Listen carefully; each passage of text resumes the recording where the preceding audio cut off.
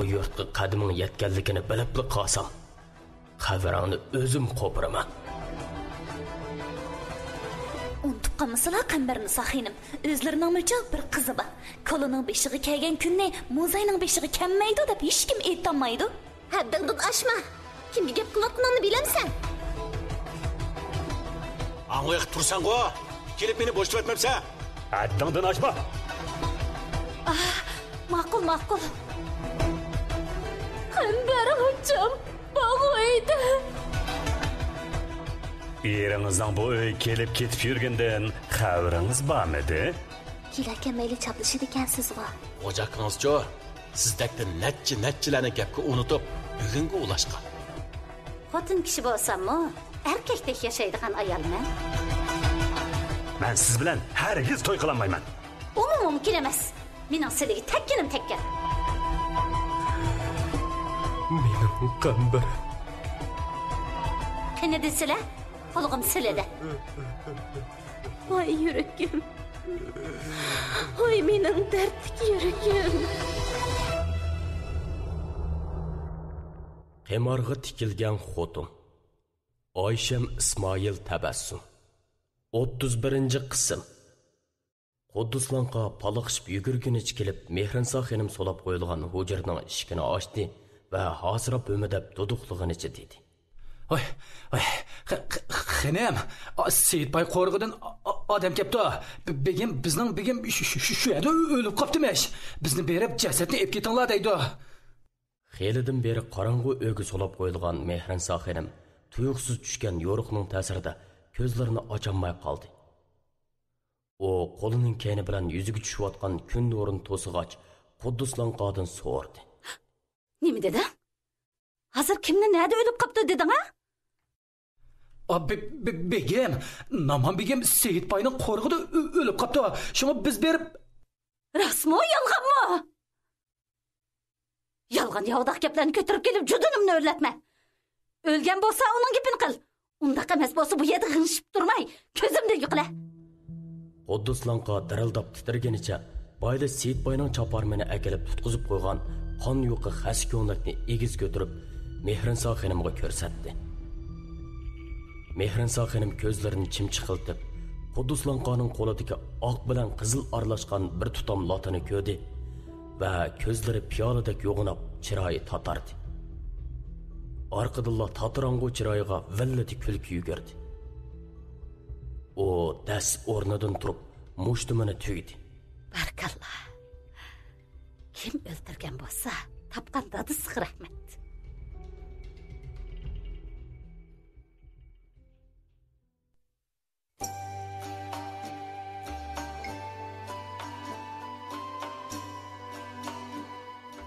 Shundoq qilib, Qambarnisa xonimning o'limi akmo dog'dug'i bilan o'ztildi. Xuddi Shahzodam xonim qazo topgan chog'dagiga o'xshashla yurt-yurtlardan, nanalardan odamlar kelishdi. Yiroq yaqindan kelayotgan kishilarning haddi hisobi yo'qligiga qaramay, Seyitboy oilasidagilar ashularning hammasini kutib, ko'ngillarini qabul qilib, loyiqida hurmatini qilib, izzat ikromlar bilan o'zitib qo'yib ulgurdi. Gulbahram xonim onasi qazo topgan kundan boshlab har kuni 4-5 qitim, ko'p bo'lganda 8 qitimcha oyilinib ketib, o'shig' kelib yana yig'lab, peg'ollari ichiga patmaganda o'zining qo'llarini, bilaklarini tishlab, sochlarini yulib, nola qilib chiqdi. Zivarnisaning azobimi Gulbahram xonimninkidan qilishmaydi. U o'zining bolalarini unutgan holda bütün Asiyodini Gulbahram xonimga qaratgan bo'lib, u yig'lisi tang yig'lab, sochlarini yulib, qo'llarini tishlisi bag'riga besib tasalli berib, azobiga sherik bo'lib qolgan edi. Bu holni Seyitbaymi ko'rib turadi. Bundoq ishlarni yuz beradi deb azaldan o'ylab boqmagan Seyitbayga o'zining azobidan ko'ra Gulbahram xonimning ichinishli yig'isi, nolib faryodlari, o'z jiniga zulm qilishlari ig'ir kelib, yum yig'ladi.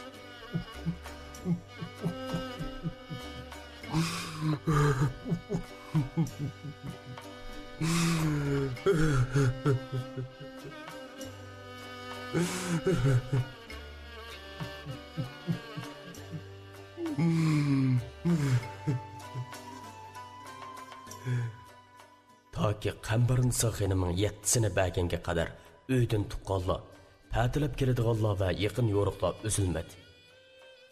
Odam uzilmagan siri Seyitboyning, Zivarnisoning ham Gulbahram xonimning yolg'iz qilishga bo'lgan intilishlari bağan sir kuchayib beriyotdi.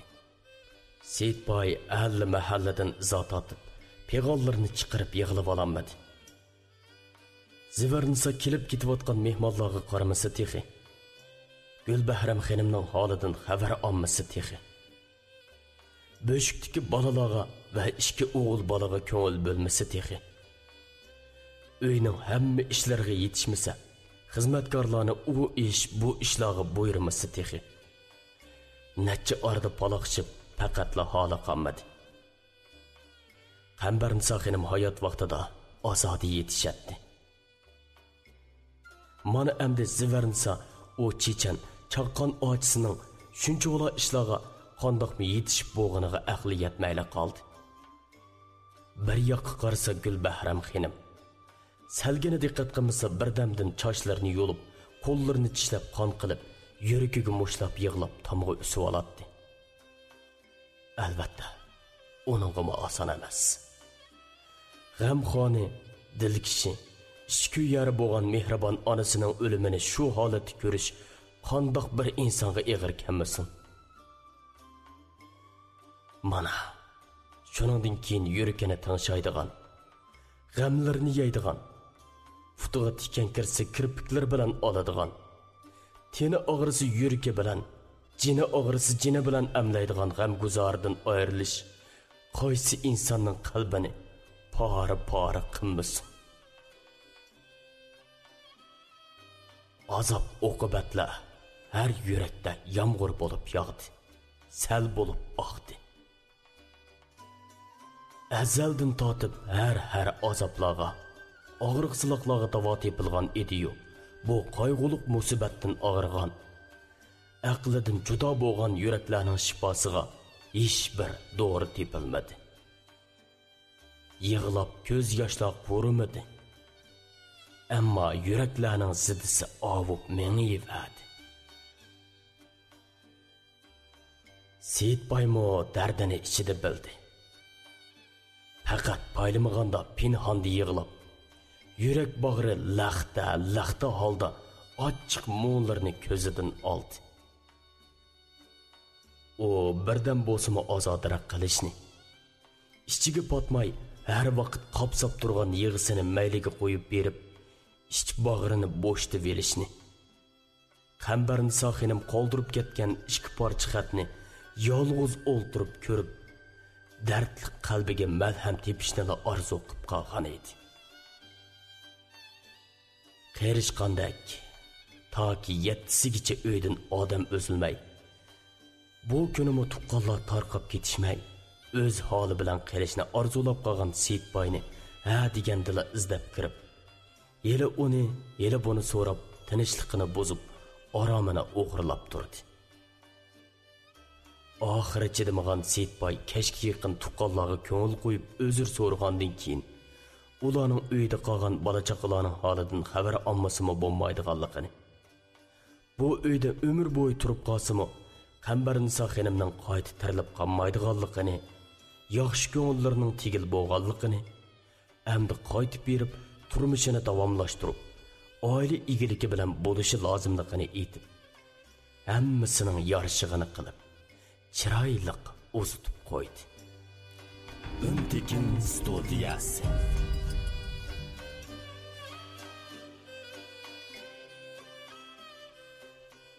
Tuqqanlar hammasi qaytgandan keyin qo'ruq aslidagi jimjitligiga cho'kdi. Va balkim aslidagidan bakrak jimjitlik hukm surib, musibat g'amlarini seg'inish izdirobiga aylantirib qo'ygan edi. Seyitboy Zivarnisaga dedi: "Man birdam orom elib olay. Ish qaysanglar avar qilmanglar." O shundoq deb Qambarnisa xonimning hujrasiga kirib, eshikni ichidan taqadi. Zivarnisa uning shu hujraga kirib ketganiga va eshikni tirqishtib ichidan atganiga qarab, ko'ngli bir qismi bo'lib qoldi. Unimi bu musibatni edisidan o'tkazolmay, Qambarnisa xonim talliga yo'lda mengib, o'z jiniga qasd qilib qo'yamo deb ansirab qoldi-da. Seyitboy kirib ketgan hujra eshigini mushlab, uni chaqirib yig'lig'ili turdi. Seyitboy boyli o'zi aytgan eshikni ochdi. Zivernisa Seyitboyga o'zini etib buqildab yig'lab ketdi. Halimga yig'laymo, dadimgimi degandek, o'zining pig'onini bosolmay yo chiqaramay turgan Seyitboyga Zivernisaning yig'isimi obdalla ta'sir qilyotdi. Bo'ldi, yig'lamang. Men faqat birdam jimjitroq o'ltiray. Qambarnisa qoldirib ketgan xatni boshdan oxir astoydil o'qib chiqay degan edim. Nimadan ansirayotganingizni bilaman. Lekin ansirmang. Menga hech ish bo'lmaydi. Har qancha ish bo'lib ketsa-mu, bolalar bilan sizni yor yo'laksiz qoldirib, o'z jinimga zulm qilib yurmayman. Siz kirib, bolalarning holidan xabar olib turing. Sal turib chiqaman. Seyitboy Zivernisaga xeyli uzungacha tasalli berdi. Ondan yana hujraga kirib, eshikni ichidan taqidi. Zivernisami ko'ngli tingan holda birdam qarab turgandan keyin ostog'ina Gulbahram xonimning hujrasiga kirib ketdi. Untekin studiyasi.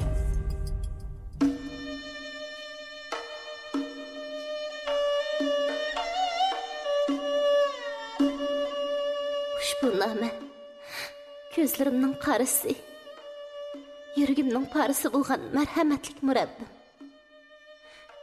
Jenimdan shoh ayirib tug'ilgan bolalarimning qadrlik dadisi, suyimlik erim Seyitbegimga tegisin.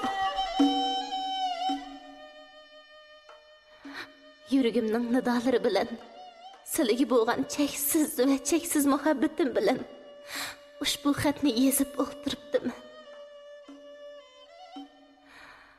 Ko'z yoshlarimga yurak qinimni qo'shib turib yozgan ushbu nomam qo'llariga tekkanda, men balkim bu vafosiz dunyodan ketgan bo'larman. Qayg'urib yig'lamdilar yoki beshini yedi deb xush bo'lamdilar. Bunisi menga qarang'u. Ammo bilib qolsinki, men bu xatni yozayotgan ushbu damlarda menga himmatli qo'llarini sunishlariga, meni qanotlari ostiga ilib, naman atliq yovuz bo'rining alqinidan qutuldirib kelishlariga, ilgirkidek muhabbat beramisilmi, hayot qilishim uchun, bolalarimni deb bo'lsa hayot qilishim uchun asraqli imkon berishlariga shu qadar zor edim. Nihoyatki, sizlar qimmatli qadamlarni yuragim ustiga qo'yib, bu tomon kelishga unimidilar. Va yana nihoyatki, shuncha kuchinib turib taklif qilishlarimning birgina sababini bilib beqishga muroyilari bormadi. Mush tapda qarchig'i tumshug'idagi to'shqanman. U birli bo'ljisi jenidan ayriladigan, uch qo'lidagi o'ljiman, bir pichoq bilan dunyoni tashlab beradigan.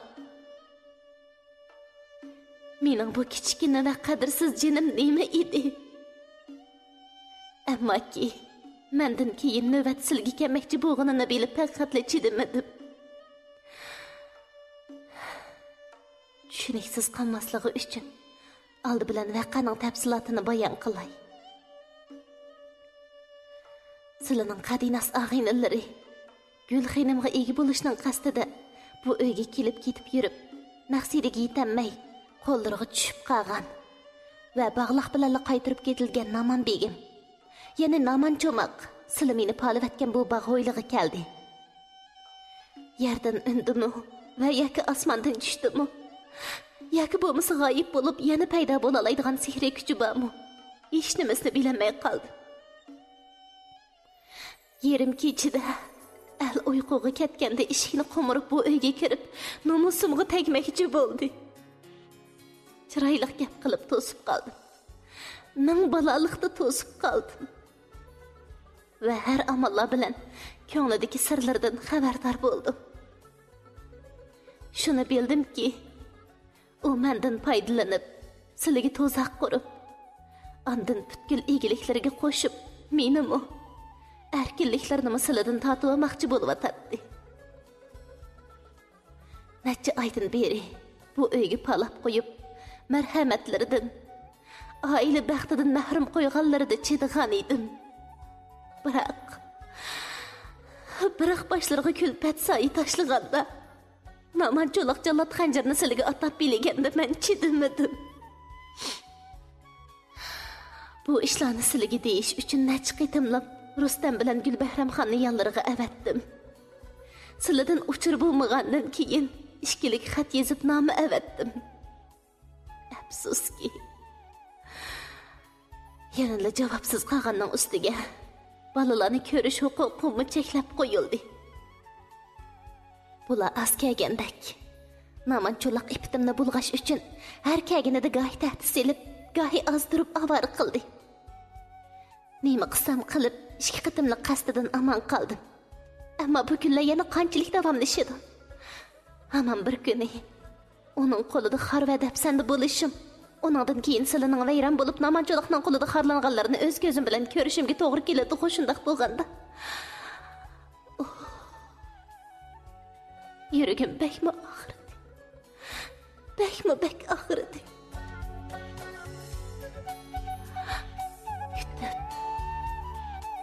Kutib ko'zlarim taldi. Sabrim uzildi. Sizlarni kelsa degan umidim ham uzildi. O'zimdan boshqa tayanug'idek hech kim men bo'lmagan bu kunlarda sizlardan bekli umidsizlandim.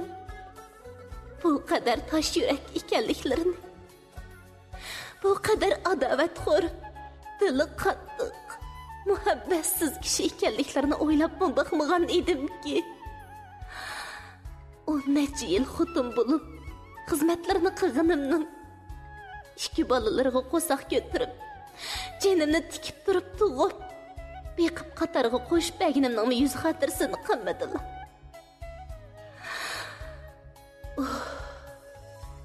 Nemisini 13 yaşımda sizlarga ko'yibdiman. Rahmatlik anam beshimni silab murodimga yetkazib, meni sizlarga chetibdi. Shundan keyin hech bir g'imim, hech bir qisinchiligim qolmagan edi aslida. Kulsammi sizlar bilan, yig'lasammi sizlar bilan edim. Oqibatda sizlar bergan menga bu jenimni. Shundoq ekan, o'rtamizda sizlar adovat qilgudek hech ish yo'q edi. Sizlar muncha qattiqlik qilgudek men hech bir gunohmi qilmagan edim. Analik nomim bilan, poklik izzatim bilan qasam qilayki, men Qambarnisa sizlarning yuzlariga qarayamog'idek hech bir gunoh o'tkazmagan edim. U kechasi meni tarjimon akam bilan ko'rib g'azablandilar. Biroq bir qaytimi kim u deb so'rab baxmadilar. Bizdan gumon qilgan ko'ngillari, xiyonat to'mallari, gumon ehtiyotlari bilan to'silib qelib, bizning qarindoshlarcha mehrimizni ko'madilar, bilmadilar. Xayriyat. Bu haqda sizlarga ma'lumot berib o'tay. Marhum qaynotam Mamtimin karvon bilan o'z dadam G'ulomidin begim boshlab mangan va cho'lda bulang-talangda uchirgan karvonda Xo'ja Abdulla deydigan bir to'ychining borligi sizlarga ma'lumliq. Shu chaqda uning 11 yoshga kirgan Zakir ismli bir o'g'lining shu karvon bilan yo'lga chiqqani sizlarga sir emas edi. Keyin karvonning talafotga uchrab hammalarning cho'lda qazo qilganligi xabar keldi. Va jasadi tepilganlar yondirib kelindi. Tepilmaganlar shu cho'lda qarar topdi. Sizlar ag'rib yotganda tevib agashtirib kelgan tarjimon dal shu Zakir bo'lib, qaroqchilar karvonni bo'lib, odamlarni o'ldirib qochganda miltiq o'q tegib o'lgan to'gining ostida qilib jeniga zahmat yetmagan va keyin yaxshi niyatli kishilar uni qutqizib elib ushbu yurtlarga ep ketgan ekan. Shundan keyin qutqizib olgan kishining homiyligida cho'ng bo'lib, shu kishining tarbiyasi bilan bilimlik, o'qimishli odam bo'lib chiqibdi. Uning deyishicha, qo'riq kelganda u bu uyni, silini va meni asliyalabdi. Ammo sili u holda betap yotqashqa, tunishlik berib ko'ngillarni bo'lgisi kelmay, saqayganda ahvollashamiz deb o'ylagan ekan. Sili saqaygandan keyin bizni barang ostida ko'rdilar. Uzun yil ko'rishmagan och ukining qarindoshlarcha muhabbatini xato tushundilar. Tushundirishimga quloq solmadilar. Mendek xotinlarni o'zlari yolg'iz qo'yib, dilimni og'irtib, marhamat qilishga tegishli chaqda rahmatlarini ayganlikdan uning bag'riga tashlanib yig'lashga majbur qildilar-yu. Yana bizdan gumonlanib, eng ig'ir jazo bilan adablab, o'zlaridan ayirib boqib qolibdilar. Kashki shuncha yilni bir kundek o'tkazgan xotinlar bo'lgan ekan. Shu chaqdami ko'ngillarni to'xtatib, mendan kichikkina gap anglab boqqan bo'lsalar, ishlar bu darajada ig'irlab ketmas edi. Baq so'linib yolg'iz qolganim o'zimning sho'ri. Nima kun ko'rgan bo'lsam peshonamdan ko'rdim. Biroq o'zlariga ehtiyojli chig'imda yana bir qaytim yolg'iz qo'yib, naman deydigan nomussiz pasandiga o'zim yolg'iz taqobil turishga majbur qilyotdilar. Apu qilsilar begim. Men namanni o'ldirib etishni tanladim. İşim o'ngishli bo'lamdi, bo'lmamdi. Hozircha buni bilmayman. Mabodo o'ngishli bo'lsa, avval u o'ladi. Andin men o'laman. O'ngishli bo'lmay qolsa, men o'lishim mumkin.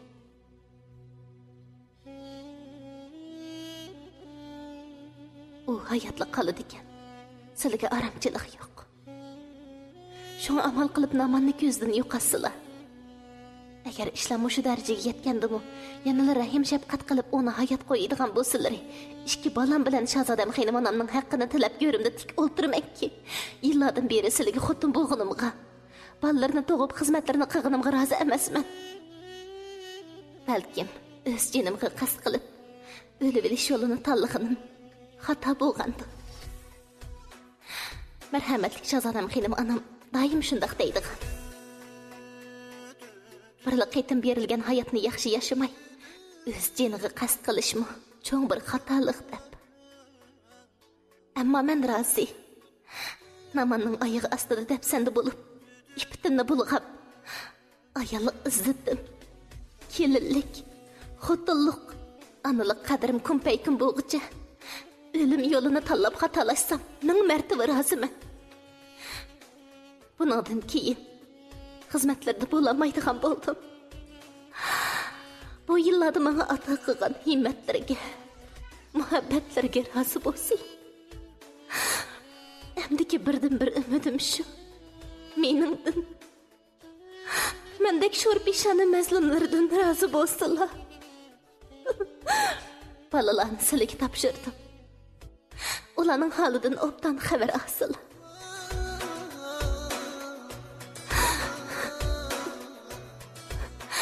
Gulbahram Xanimning keyingi umri mendek bequbullikda o'tmasin.